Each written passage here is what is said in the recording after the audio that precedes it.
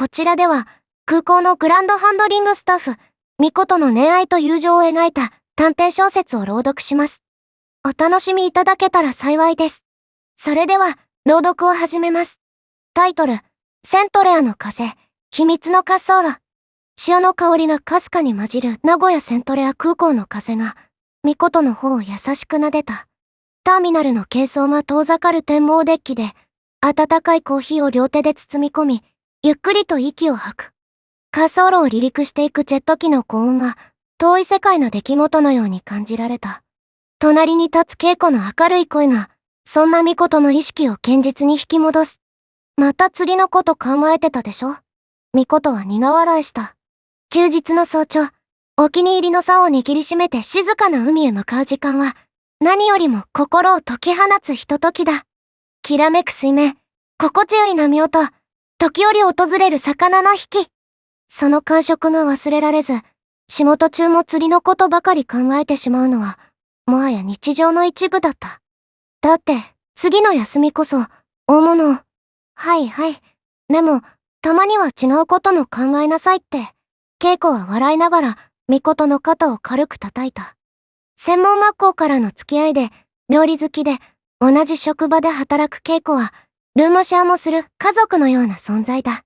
太陽のような明るさで、いつも人の世話を焼く稽古のおかげで、内向的なミコトの生活は、鮮やかな色を帯びている。お、二人ともお疲れ様。聞き慣れた優しい声が背後から聞こえた。振り返ると、同じ会社の松下が近づいてきた。穏やかな眼差しと優しい声。部署は違うが、時折顔を合わせる松下は、ミコトが密かに思いを寄せる男性だ。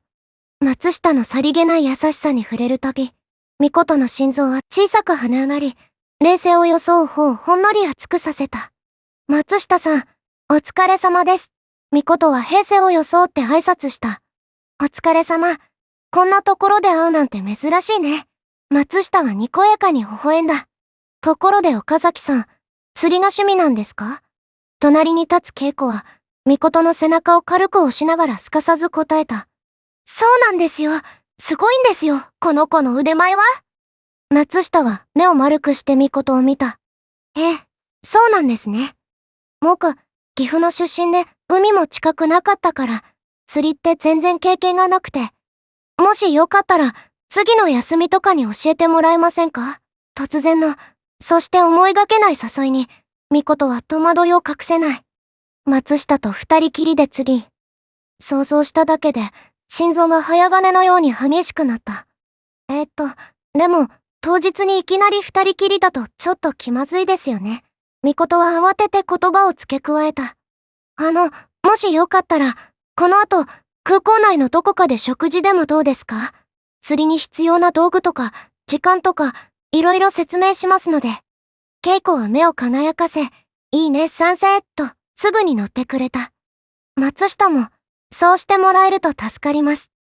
ぜひお願いします、と、太陽のような笑顔で答えた。仕事終わり、三人は空港内のレストランへ。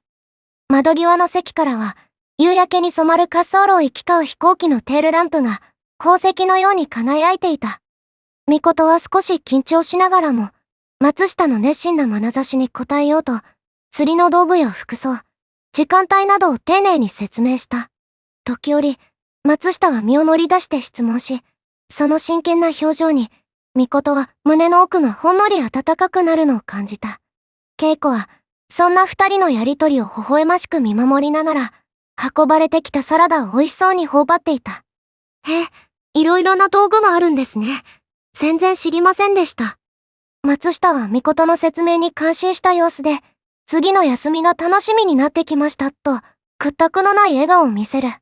釣りの話をする松下の楽しそうな表情を見ていると、ミコトは自分の大切な趣味を共有できる喜びを感じ、胸の奥がちんわりと温かくなった。ささやかな期待が、心の中でそっと芽生え始めていた。そして、約束の日、ミコトは少しだけおしゃれをした。ファッションに精通している稽古が、出発するミコトの最終チェックをする。ちゃんと可愛い下着は着てる？バカ！稽古の軽い冗談が、緊張でこわばっていたミコトの表情を和らげ、自然な笑顔を取り戻させた。待ち合わせ場所の堤防に向かうと、心地よい海風が髪を優しく揺らした。釣り場に着くと、ミコトは松下に竿の持ち方から餌の付け方まで、丁寧に教えていった。最初は戸惑っていた松下も、ミコトの優しい指導のおかげで次第にコツをつかみ始め、小さな魚を釣り上げると、まるで子供のように無邪気に喜んだ。その笑顔を見るたびに、ミコトの胸の奥には、温かい感情がじんわりと広がっていった。二人で並んで静かな海を眺め、時折言葉を交わす時間は、ミコトにとってかけがえのない宝物のように感じられた。釣り終え、空がオレンジ色に染まる夕焼け空の下を二人で歩いていると、松下が少し改まった様子で口を開いた。今日は本当にありがとうございました。すごく楽しかったです。ミコトは照れながら、こちらこそ楽しかったです、と答えた。もしよかったら、また私と一緒に釣りをしませんか？勇気を振り絞ってそう切り出そうとした、まさにその時だった。松下は少し寂しそうな、どこか申し訳なさそうな表情を浮かべながら、静かに言葉を続けた。実は、急な話なんですが、来月、北海道の千歳に転勤することになったんです。岐阜にいる彼女と一緒に引っ越しをするんですよ。まるで時間が止まったかのように、ミコトはその言葉を理解するのに数秒を要した。驚きと、言いようのない痛みがミコトを襲う。そう、なんですね。おめでとう、ございます。精一杯の笑顔で、ミコトは無理やり言葉を押し出した。喉が締め付けられ、こう答えるのがやっとだった。下を向くミコトに、松下は少し困ったような、けれど優しい眼差しを向けた。今日は、本当にいい思い出になりました。ミコトさんに教えてもらえて、釣りの楽しさが分かったような気がします。と言って、少しだけ寂しそうに微笑んだ。千歳でも、楽しい生活を送ってくださいね。ミコトは、喉の奥が締め付けられるような感覚を覚えながら、なんとか言葉を絞り出した。家に帰り、玄関のドアを閉めて、リビングにいる恵子の姿を目にした瞬間、こらえていた涙が堰を切ったように溢れ出した。ソファーに崩れ落ちるように座り込み、ミコトは今日あったことを、震える声で恵子にすべて話した。恵子は何も言わずに、ただ、ミコトの背中を優しくさすってくれた。その温かい手が、ミコトの張り詰めた心を少しずつ解きほぐしていくようだった。ミコトの言葉が終わると、恵子は静かに立ち上がり、キッチンへと向かった。しばらくして、温かい味噌汁の香りが部屋いっぱいに広がってきた。恵子は、ミコトが今日釣り上げた魚で、いつもより時間をかけて夕食を作ってくれたのだ。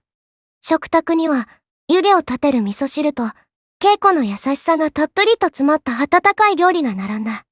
ミコトは、涙で滲む目でそれを見つめ、ゆっくりと箸を取った。隣に座る恵子の温かさが、ミコトの凍えた心に、じんわりと染み渡っていくのを感じた。秘めた恋は、まるで、夏の終わりの花火のように、儚くも美しい光を放って静かに終わりを告げたけれど、ミコトにはいつも、どんな時も変わらないぬくもりをくれる大切な親友がいる。この友情の光があれば、きっとまた前を向いて歩き出せる。ミコトは静かに、心の中でそう感じた。恵子、ありがとう。お礼なんていらないわよ。恵子は多くを語らず、そっとミコトを抱きしめた。その温かい腕の中で、ミコトは恵子の優しさに包まれ、静かに、そして穏やかに涙を流した。さて今回はですね、セントレア空港でグランドハンドリングスタッフとして働く岡崎美琴さん21歳のお話ですね。彼女の趣味の釣りと、職場でのちょっとした恋心、これが描かれているわけです。この短い物語に詰まった、心の動きをちょっと深く探っていきましょうか。ぜひ。まず主人公の美琴さんですけど、空港っていうすごく忙しい場所で働いてますよね。そうですね。常に動きがありますね。でその一方で休日は一人で静かに釣りを楽しむと、少し内向的なのかなという印象です。この潮の香りがする職場と彼女が求めているであろうその海辺の静かさ、この対比がまず印象的ですよね。あなたはどうですか、このあたり。いや、すごく面白い対比だなと思いますね。その空港っていうある種非日常的な空間というか、たくさんの人が行き交う場所と、はい。釣りっていう非常に個人的で静かな時間、えこのギャップがみことさんのキャラクターを際立たせているのかなと。え、なるほど。セントレアっていうね、実在の空港が舞台なのもリアリティがありますよね。確かに喧騒と静寂みたいな。そこで心のバランスをとってるんでしょうね、きっと。そうかもしれませんね。で、物語には彼女を支える人も出てきます。はい。ルームメイトで専門学校からの友達の恵子さん。太陽みたいに明るいって書かれてます。恵子さんいいですよね。そしてみことさんが密に思いを寄せている別の部署の松下さん。松下さん。なんか穏やかで優しい人っていう感じで描かれてますね。そうですね、穏やかな印象です。ただ後の展開を考えると、その優しさが意図せずみことさんの期待を膨らませてしまう部分もあったのかななんて思ったりもしますね。なるほど、そのあたりが何とも言えない人間関係の機微というか繊細ですよね。で、その松下さんとの関係がちょっと動くきっかけがみことさんの趣味の釣りなんですね。そうなんです。ここが面白い。恵子さんがちょっとおとわしする感じで、松下さんの方から釣りを教えてほしいって頼まれる。はい。これはみことさんにとってはもうドキッとしますよね、きっと。いや、それはもう心臓が跳ねますよね。自分の好きなことがまさかその気になる人との設定になるなんて。教えてほしいっていう言葉が単なるお願い以上に特別な響きを持った瞬間でしょうね。わかります。日常の中にパッと光が差したような。そういう感じです。可能性が生まれたわけですよね。で、実際に2人で釣りに行くことになる。はい。みことさんが一生懸命道具の説明したり投げ方教えたりして。ほほましいですね。松下さんもいろいろな道具があるんですねなんて純粋に感心してて、夕暮れの海辺で2人並んで竿を出してるその情景が目に浮かびます。みことさんの中で期待が静かにでも確実に膨らんでいく感じが伝わってきますね。その希望に満ちた時間なんですけど、物語はここでガラッと変わるんですよね。そうなんです。この直後なんですよね。釣りが終わって松下さんから告げられる。はい。来月北海道に転勤なんだと。わあ。しかも岐阜にいる彼女と一緒に引っ越すって。ってなりますよね、これは。みこてさんのその声にならない驚きというか衝撃が読んでて本当に胸に刺さるというか。いや、本当に一番幸せな気分のその頂点から一気に突き落とされる感じで、ショックで多分言葉も出ないんでしょうけど、それでもおめでとうございますって笑顔を作ろうとするんですよね。そうなんですよ。その無理してる笑顔がまた切ない元気さがかえっていたたしいというか、失恋の瞬間ですね、これは。その後どうなるんでしたっけ？物語の結末は恋愛が成就するわけではないんですね。ですよね。家に帰って親友の恵子さんの前でわーっと泣き崩れる。で、恵子さんは多くを語らずにただ守ってそばにいて慰める。そしてみことさんが釣ってきた魚で温かい味噌汁を作ってくれるんです。味噌汁？ここで物語は終わるんですね。秘めた恋は終わってしまったけれど、揺るぎない友情がちゃんと彼女を支えてるんだよと。なるほどな。失恋の痛みのそのすぐそばに友情の温かさがあるという。言葉じゃなくてその味噌汁っていう具体的な行動で示される慰めというか。そうですね。温かいものが心に染みる感じがしますね。そう思います。だからこの物語で本当に描きたかったのは失恋そのものよりも、むしろその失追われた期待の後に残るものというか。なるほど。変わらずにそこにあるものの価値みたいなことなのかもしれないですね。恵子さんの味噌汁がまさにそれを象徴してるのかなと。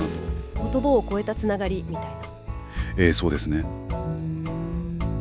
空港という出会いと別れが交錯する場所を舞台にして、若い女性の本当に淡い期待とその予期せぬ終わり、そして最後に残る友情な温かさ、全体としてほろ苦いんだけれどもどこか心に温かいものが残る、そんな一編でしたね。まさにそう思います。ささやかな交流から生まれたすごく大きな期待、それが打ち砕かれた時に人ってどうやって立ち直るんだろうと。はい、この物語はその一つの形を示してくれているような気がしますね。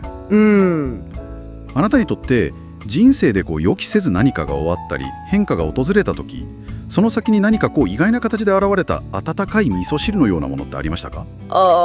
失ったものがあったからこそ見えてきた価値とか支えとか、そういう経験もしかしたらあなたにもあるかもしれませんね。最後まで聞いていただきありがとうございます。みことのプロフィールはこちらです。趣味は釣り、21歳、空港のグランドハンドリングスタッフです。彼女のショートアニメ動画とイラストギャラリーを YouTube で配信しています。またイラストデータをグッズサイトすずりで配信しています。ぜひ概要欄のリンクからお越しください。こちらでも楽しんでいただけたら嬉しいです。最後にこの動画にもいいねやフォローをして応援してもらえたらすごく嬉しいです。よろしくお願いします。